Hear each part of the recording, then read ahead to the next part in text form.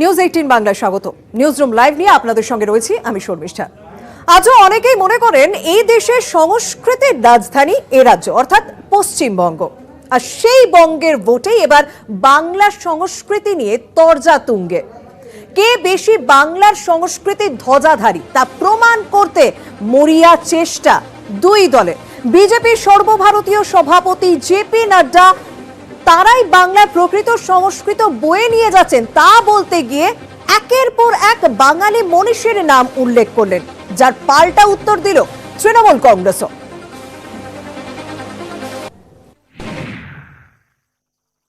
ममता जी और टीएमसी ये जिस कल्चर को, जिस संस्कृति को रिप्रेजेंट कर रहे हैं वो बंगाली नहीं। जो शब्दों का वो प्रयोग कर रहे हैं, जो वो एक्टिविटी कर रहे हैं वो साफ एंटी बंगाली है और वो बंगाल के कल्चर को रिप्रेजेंट नहीं करते। हमें ये गर्व है कहते हुए कि स्वामी विवेकानंद से लेकर गुरु रविंद्रनाथ टैगोर से लेकर बंकिम चंद्र चटर्जी से लेकर श्यामा प्रसाद मुखर्जी से लेकर सभी लोगों के जिन बातों के लिए उन्होंने जीवन दिया उसको आगे बढ़ाने का काम भारतीय जनता पार्टी के नेता कर रहे हैं। इसलिए we are the true Bengalis, we represent the true Bengal culture and we are proud of it. And हम ये जानते हैं कि टीएमसी बंगाल कल्चर को रिप्रेजेंट नहीं कर रही है, वो बंगाल कल्चर को बदनाम कर रही है और उसको सही ट्रैक पर लाना ये हमारी जिम्मेवारी है, ये हम पूरा करेंगे। একটা লোক হোয়াটসঅ্যাপে একটা ছবি পোস্ট করেছে, মোদির দাড়ি শুদ্ধ ছবি দিয়ে বলছে এটা রবীন্দ্রনাথ ঠাকুর নয়, এটা ঠগেন্দ্রনাথ ঠাকুর। ঠগ একটা লোক ভুল বোঝাবার জন্য এই দাড়ি রেখেছে। রবীন্দ্রনাথের কবিতা উদ্ধৃত করতে ওরে গৃহবাসী খোলদার খোল, সেটা বললো ওরে গ্রহবাসী খোলদার খোল। দেখাবার চেষ্টা করছে যে বাঙালি হচ্ছে, এইভাবে বাঙালি হওয়া যায় না। यहाँ की भाषा, यहाँ का बोलचाल, यहाँ की संस्कृति, इसको हम लोग जीते हैं।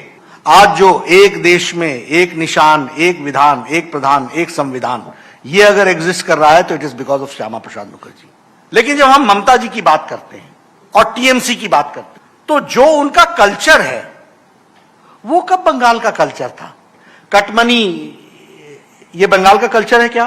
ये टोलाबाजी ये बंगाल का कल्चर है क्या? तुष्टीकरण ये बंगाल का कल्चर है क्या?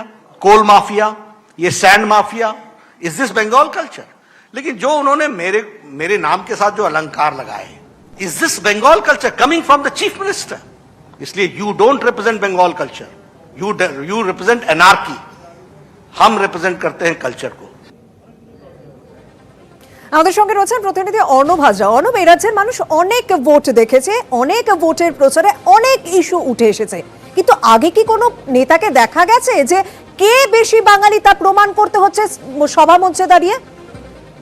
একেবারে তাই। স্বাধীনতা উত্তর এ রাজ্যের রাজনীতি যদি দেখো, কোন ভোটের আগে বাংলা, বাঙালির আবেগ, বাংলা সংস্কৃতি, সেখানকার ঐতিহ্য, সেখানকার পরম্পরা, কে বাংলা সংস্কৃতির ধারক বাহক, এই নিয়ে এত চুলচেরা বিশ্লেষণ, তরজা পাল্টা তরজা হয়নি। কারণ এই আমরা দেখছিলাম অমিত শাহের এই রাজ্যে আসা, তার ক্ষুদিরাম বসুর প্রেক্ষিতে যাওয়া, সেই বাড়িতে যাওয়া, একই সঙ্গে অমিত শাহের বোলপুরে যাওয়া এবং জেপি নাড্ডার যে সফর, বিভিন্ন সময়ে তাদের পক্ষ থেকে বলা হচ্ছে যে বাঙালি সংস্কৃতির ধারক বাহক। তৃণমূল পাল্টা দিচ্ছে, তৃণমূল বলছে যারা রবীন্দ্রনাথের কবিতার 4টে লাইন ঠিক করে জানে না, 4টে লাইনের পর 6 নম্বর 5 বা 6 নম্বর লাইন কি আসবে সেটা জানে না, যারা দাড়ি পরে মনে করে নিজেদের রবীন্দ্রনাথ, তারা বাংলা সংস্কৃতির কি বুঝবে? তার জন্য আজকে জগৎপ্রকাশ নাড্ডা যে ভাষায় আক্রমণ শানালেন এই সংস্কৃতির প্রশ্নে, বাংলার সংস্কৃতির ধারক বাহক কারা বহন করে নিয়ে চলেছে সেই প্রশ্নে, তাতে এই তর্কটা আমাদের সঙ্গে থাকে। এই মুহূর্তে আমাদের সঙ্গে রয়েছেন শিক্ষাবিদ নৃসিংহ প্রসাদ ভাদুরী। আপনার কাছে জানতে চাইবো, এর আগে কে বেশি বাঙালি ভোটের ইস্যু কি হয়ে উঠেছে? না, এটা তো ভোটেরই দায়, তাছাড়া তো কিছু নয়। হঠাৎ করে মানে জেপি নাড্ডার মতো মানুষের হঠাৎ বাঙালি হয়ে ওঠারই যে চেষ্টা, এটা তো দাদা ঠাকুর একসময় তো বলতেন যে ভোট বড় দায়, ভোট বড় দায়। এখন এই ভোটের জন্য ওদের এখন বাঙালির মধ্যে বাঙালিতে লড়াই লেগে গেছে। কিন্তু আমি একটা জিনিস বুঝি যে এগুলো না, এই কি কত রবীন্দ্রনাথ জানেন কিংবা কি পড়েছেন না পড়েছেন এটা নিয়ে নয়। বাঙালি সংস্কৃতির প্রতি উত্তর ভারত পশ্চিম ভারত কোনো কালেই সশ্রদ্ধ ছিলেন না, কোনো কালে না। এটা ইতিহাস তাহলে থেকে হঠাৎ প্রমাণ করে এবারের ভোটের আগে এই ইস্যুটা কেন, এবং প্রত্যেকটি রাজনৈতিক দলকে এই বিষয়ে কথা বলতে দেখা যাচ্ছে, কে বেশি বাঙালি? ভোটের জন্য করছেন। এখন সমস্যা হচ্ছে যে মমতা কিংবা এরা যারা আছেন, যারাই তাদের দলের আছেন, তারা কেন বাঙালি নিয়ে মানে মানে কেন আলোচনা করছেন আমি সেটাই বুঝি না। এটা জাস্ট ইগনোর করা উচিত। হ্যাঁ, এটা মনে হয়, কারণ ওনারা কিছুই জানেন না তো। এখন হঠাৎ করে লিখে টিকে নিয়ে এসে হঠাৎ বাঙালি হয়ে ওদের এখন ব্যাপারটা, সমস্যাটা অন্য জায়গায় দাঁড়াচ্ছে। সমস্যাটা ওদের দাঁড়াচ্ছে যে একটা তৃণমূলের এগেনস্টে মানে আর একটা তৃণমূলের টিম তৈরি হয়েছে, এটা তো সমস্যা। এখন যারা মানে এখান থেকে ভেগে গিয়ে সব তৃণমূল সব বিজেপি হলেন, তারা তো আসলে সব তৃণমূলেই ছিলেন। কারণ তৃণমূলের এই যে টিমটা, এদের হঠাৎ এখন ভোটের দায়ী মনে হয়েছে, সব ছেড়ে ছুড়ে গেছেন, এখন তাদের বাঙালির দায়ে পড়েছে। এখন জেপি নাড্ডাকে নিয়ে এসে বাঙালিত্ব প্রমাণ করতে হচ্ছে আর কি। এটা হচ্ছে ব্যাপার, আর কিছুই না। এর মধ্যে কিছুই নেই, ভোটের দায় ছাড়া কিছু নেই। এবং এইটুকু আমি জানাতে পারি, বাঙালির সংস্কৃতি কেন। আপনার কাছে খুব সংক্ষেপে একটা বিষয় জানতে চাইবো, যে জেপি নাড্ডা যেমন বলছেন যে তাকে যেভাবে আক্রমণ করা হয়েছে নাট্টা গাড্ডা চাড্ডা বলে, সেটা কি বাংলা সংস্কৃতি? এই প্রশ্ন কিন্তু তিনি করছেন।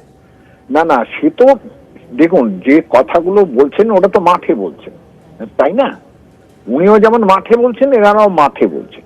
এটা তো, এটার মধ্যে কি আছে? এটা তো ভোটের ব্যাপার। এটা তো ভোটের সময় তো অনেকে অনেক কিছু বলে, কিন্তু আমরা আগেও অনেক শুনেছি। দিলীপ ঘোষ কম বলেন নাকি?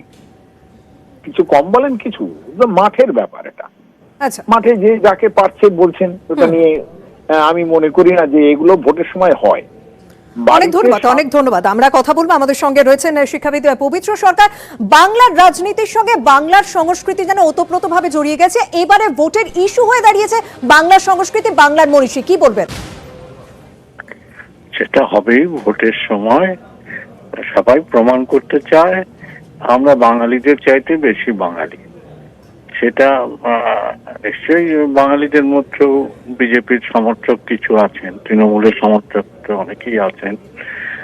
এবং যখন একটা প্রতিযোগিতার জায়গা আসে, কারণ ভোটটা হচ্ছে একটা প্রতিযোগিতায় তোমার চেয়ে আমি ভালো, তোমার চেয়ে আমি বেশি জানি, এবং তুমি কিছুই জানো না।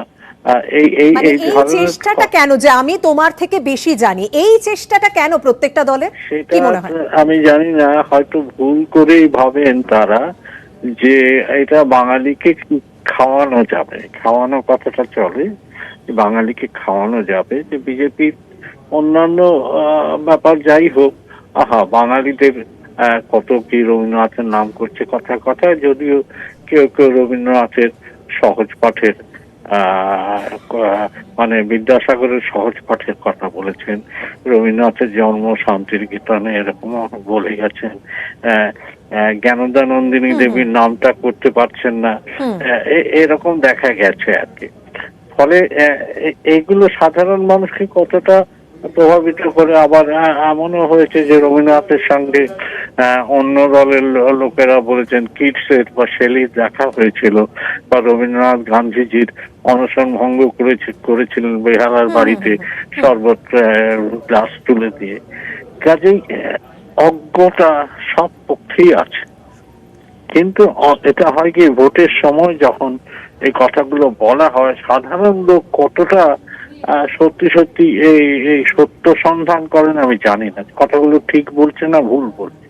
খবরের কাগজে মিডিয়াতে আমরা এটা নিয়ে হইচই করি, আপনারা যেমন এই নিউজে একদম বুঝেছি। মানে এবারের সত্যি ভোটের আগে রাজনীতির সঙ্গে বারবার একটা মরিয়া চেষ্টা, প্রত্যেকটি রাজনৈতিক দলের যে চেষ্টা, সেই প্রশ্নের উত্তরই আমরা খোঁজার চেষ্টা করলাম, যে প্রত্যেকটি রাজনৈতিক দল কেন প্রমাণ করার চেষ্টা করছে বাংলার সংস্কৃতির ধ্বজাধারী কারা।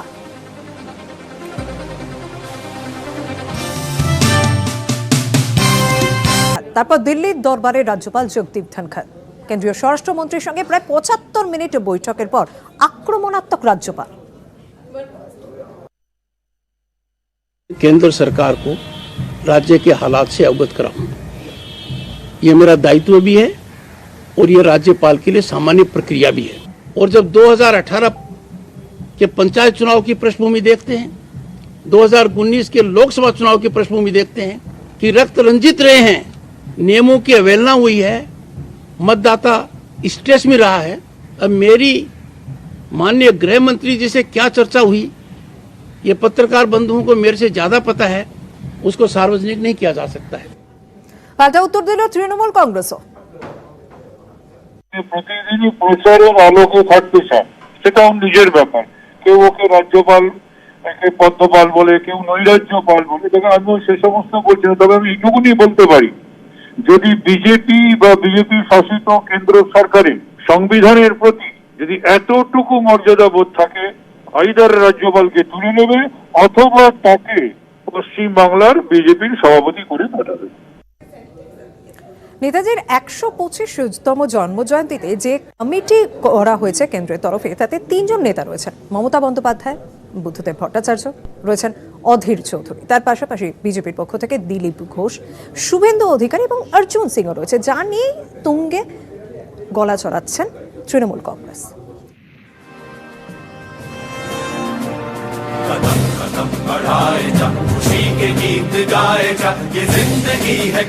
নেতাজিকে নিয়ে বাঙালির আবেগ চিরকালীন। নেতাজির 125তম জন্মবার্ষিকী উদযাপনে 85 সদস্যের কমিটি তৈরি করল কেন্দ্রীয় সরকার।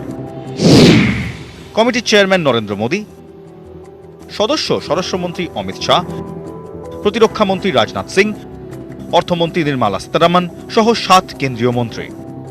মোদীর কমিটিতে সদস্য পশ্চিমবঙ্গের মুখ্যমন্ত্রী মমতা বন্দ্যোপাধ্যায়, পশ্চিমবঙ্গের প্রাক্তন মুখ্যমন্ত্রী বুদ্ধদেব ভট্টাচার্য, লোকসভায় তৃণমূলের দলনেতা সুদীপ বন্দ্যোপাধ্যায়, লোকসভার কংগ্রেস দলনেতা অধীর চৌধুরী। কমিটিতে সুরকার এ আর রহমান, ভারতীয় ক্রিকেট দলের প্রাক্তন অধিনায়ক বিসিসিআই সভাপতি সৌরভ গঙ্গোপাধ্যায়, ভারতীয় ফুটবল দলের প্রাক্তন অধিনায়ক সুব্রত ভট্টাচার্য, জনপ্রিয় অভিনেতা মিঠুন চক্রবর্তী, কাজল, প্রাক্তন সেনাপ্রধান জেনারেল শঙ্কর রায়চৌধুরী, বায়ুসেনার প্রাক্তন প্রধান অরূপ সাহা। কমিটিতে রয়েছেন খড়গপুরের সাংসদ, রাজ্য বিজেপির সভাপতি দিলীপ ঘোষ।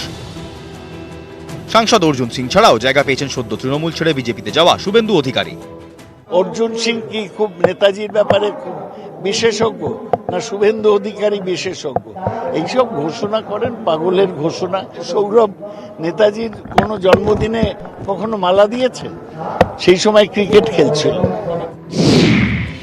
এর মধ্যে রাজ্যে ভোটযুদ্ধ জমজমাট, বহিরাগত অবাঙালি নানা বিতর্কে ভোট বাজারে। টানাটানি নেতাজিকে নিয়েও সোমবারই নেতাজির 125তম জন্মবার্ষিকী উদযাপন নিয়ে একগুচ্ছ পরিকল্পনা ঘোষণা করেছে রাজ্য সরকার। এবার কমিটি গড়ে কেন্দ্র বোঝানোর চেষ্টা করল নেতাজিকে নিয়ে তার কোনো রাজনীতি আর করতে চান না। নেতাজি দেশের সম্পদ, সেটা বোঝাতে প্রাক্তন প্রধানমন্ত্রী এ আর রহমানের মতো সেলেবকেও কমিটিতে রাখা হয়েছে। কিন্তু 85 জনের কমিটিতে 30 জনই এ রাজ্যের হলেও সুদীপ ছাড়া তৃণমূলের অন্য কোনো সাংসদ কমিটিতে নেই। নেই নেতাজির তৈরি ফরওয়ার্ড ব্লকের কোনো নেতাও। কমিটিতে রাখা হয়নি অমর্ত্য সেন, অভিজিৎ বিনায়ক বন্দ্যোপাধ্যায়ের মতো 2 বাঙালি নোবেলজয়ীকেও। তা নিয়ে শুরু হয়েছে বিতর্ক। প্রশ্ন উঠেছে, বিধানসভা ভোটের আগে বাঙালি আবেগ ছোঁয়ার লক্ষ্য থেকেই কি কমিটি গড়ল কেন্দ্র? নিউজ 18 বাংলা।